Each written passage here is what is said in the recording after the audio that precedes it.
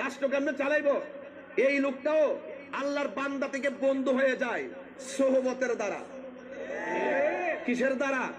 সোহবতের দ্বারা, রিয়াজতের মাধ্যমে, সোহবতের মাধ্যমে সে এমন এক বেলায়েত অর্জন করে, এটা পাঠ্যপুস্তকে পাওয়া যায় না।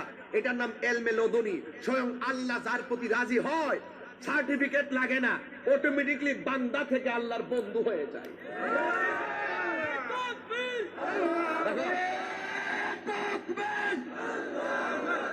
আরে যুবক ভাইয়েরা, আমার তো সময়ের ব্যাপার বাবা, সময় দিও, স্লোগান দিও, অসুবিধা নেই, এটা ভালো কাজ।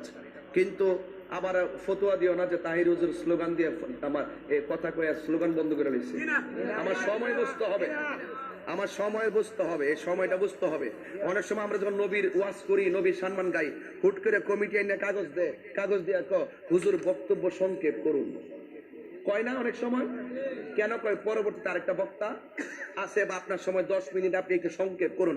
এখন যদি আমি ফতোয়া দিই যে হ্যাঁ হুজুরের নবী যে ওয়াজ করতেছে সে আমাকে ওয়াজ বাধা দিছে, এটা হবে? মুক্তাদা হাল বুঝতে হবে, মুক্তাদা হাল বুঝা ফতোয়াবাজি করতে হবে, একজন আরেকজনের পিছনে লাগতে হবে। কথা বলেন ঠিক না বেঠিক? এই চাপাবাজি গুলা বন্ধ করতে হবে, অবস্থাও বুঝতে হবে।